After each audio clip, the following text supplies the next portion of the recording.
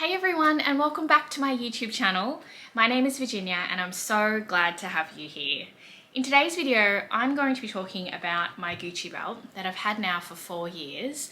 It is without a doubt the item that I get asked the most questions about. I've written about the belt numerous times over on the blog, and I've styled it in countless outfits over on the blog and also on my Instagram feed. In today's video, I thought I would address the frequently asked questions that I receive. So I'll be talking about sizing, width, wear and tear, whether I think the belt is too trendy, and whether I think the belt is worth the money. So let's get to it. So the exact belt that I own is the double G belt in chocolate brown with antique brass hardware. This is the 3cm width in a size 85. And curiously, this belt is actually from the men's line, which I'll explain further in the video. I'll link the exact version of the belt too in the description box below. So my husband actually bought a Gucci belt for me for Christmas in 2017 after I became obsessed with the belt once I saw Zoe Foster Blake wear it. So he, went about doing his own research about the sizing, the widths, and he settled on getting me the larger 4cm women's belt. When I opened it up on Christmas Day, I was so excited and totally blown away by the gesture. Of course, I tried it on straight away, and when I did, it immediately didn't feel right. And my mum was there and my husband was there and they agreed. It was just too big and too overwhelming on my frame. I'm petite, so I'm 158 centimeters or 5'2", and I think I was just wearing a pair of jeans and a t-shirt that day, but it just felt like it was just too big. And so he said to me, look, it comes in a 2cm version. Let's go to the store tomorrow and exchange it for that. And so that's what we did. We visited the Gucci boutique on Boxing Day, which I wouldn't recommend that you do if you don't like crowds. And we had to wait quite a while to be served. Like, I remember sort of hanging out in the men's section because it was less crowded with the stroller, trying to get my son to nap because he was only about 11 months at the time. And I spotted the men's belts, and I spotted the thinner version of the men's belt in the antique brass hardware in the 3cm width. And I tried it on. It was a size 95, so it was way too big for me, but the width, the color, the hardware was perfect. So they didn't have my size, and so I ended up just returning the belt that I received for Christmas, and I ended up pre-ordering a smaller men's size from the Gucci website. I believe you have to put in your credit card details at the time that you pre-order, but they don't charge your card until the item becomes available. So that was December. That following March, I found my size on Farfetch, and admittedly, I was checking all of the luxury online boutiques to see whether it was in stock. Farfetch, Matches Fashion, the Gucci online store, just waiting for my size. And so I bought it from Farfetch straight away. For the record, I never actually heard back from Gucci about my pre-order. They were completely silent. So I think the moral of the story is that if you really want something, you have to hunt it down yourself. So width can be a bit tricky because there are different options offered for women and for men. So for women, focusing just on the core belt collection, there is the 2cm width option or the 4cm option. And for men, the thinnest version in the core line is 3cm or 4cm. For me, I found the 2cm women's belt was too thin because I already had a belt like that in my collection that was dainty. But I found the 4cm version too thick, as I obviously had addressed that before. And so the men's 3cm version is perfect for me. It's the ultimate Goldilocks width. And you'll find that belts offered by other designer houses like Valentino or the Wave will offer the 3cm width because it is very wearable. I like it because it can be worn as both a hip belt and also a waist belt. It doesn't look like it's too thin or too thick. It's the perfect width. Deciding on which width to go for ultimately comes down to personal preference. The 4cm belt is what I would consider more of a statement piece, and the 2cm is more subtle. I love that the 3cm width is a balance of both and can be easily styled as both a hip and a waist belt because it's not too thin or too thick to be worn in either of those ways. Okay, Now, another tricky part of the decision-making process is working out the right size for you. Now, the belt comes in quite a broad size range. It starts off at around 65 centimeters and goes all the way to about 120 centimeters. And the belt itself comes with 5 holes.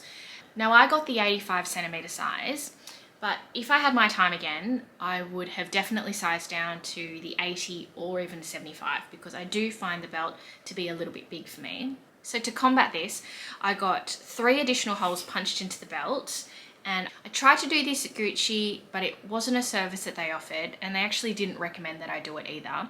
So I paid a visit to the cobbler, which was quite nerve-wracking because I didn't want them to wreck my belt, but as you can see, it looks just like my other holes. And so with those additional 3 holes, I've been able to style it as both a hip and waist belt and have 0 regrets.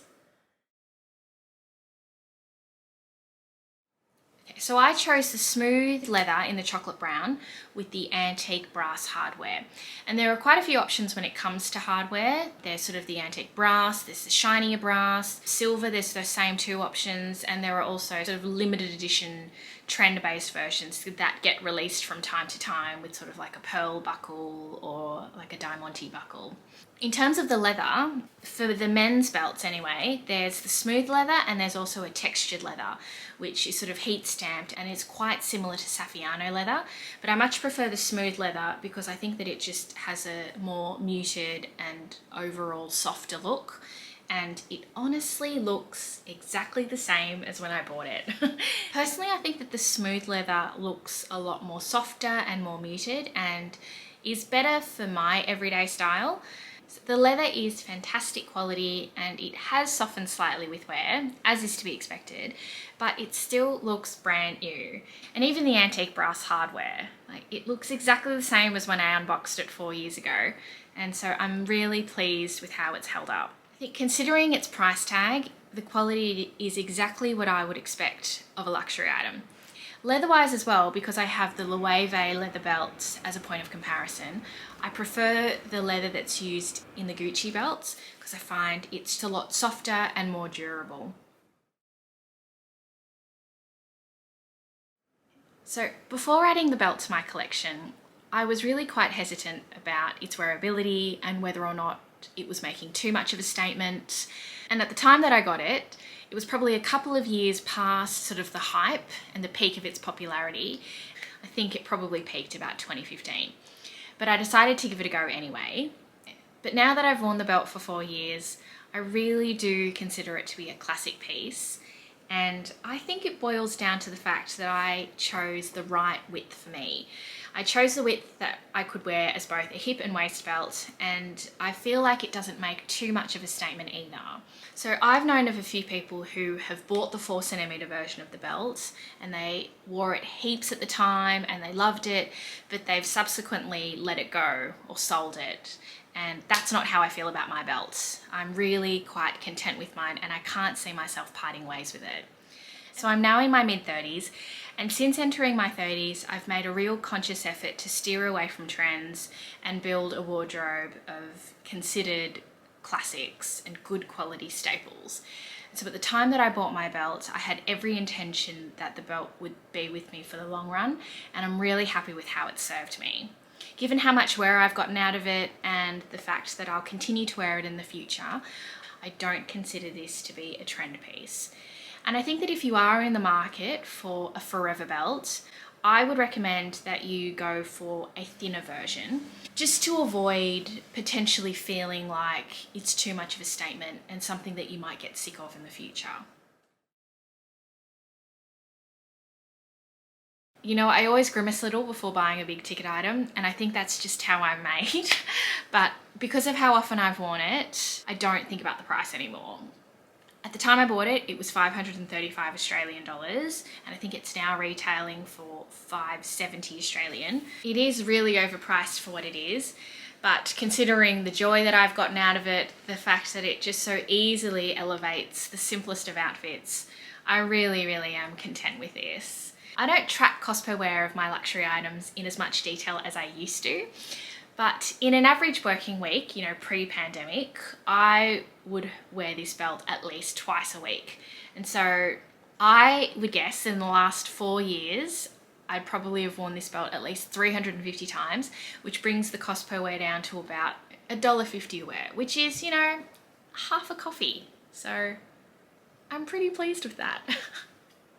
So belts are also a great way to dabble in luxury products without spending too much. I mean, they obviously don't cost as much as bags. And a lot of the designer houses like Louis Vuitton, Hermes and Dior have their own versions of monogram belts, and they actually retail for about double the price of the Gucci belt. And so I sort of consider this as getting the luxe look for a little bit less. So that's it for my review. Thank you so much for watching.